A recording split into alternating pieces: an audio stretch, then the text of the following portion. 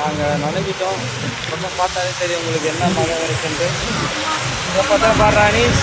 அனீஸ் எங்கே பாரு, சரியான மழை. அங்கே பாருங்க, இல்லை பாருங்க, யாருமே இல்லை. போயிட்டுருக்கோம்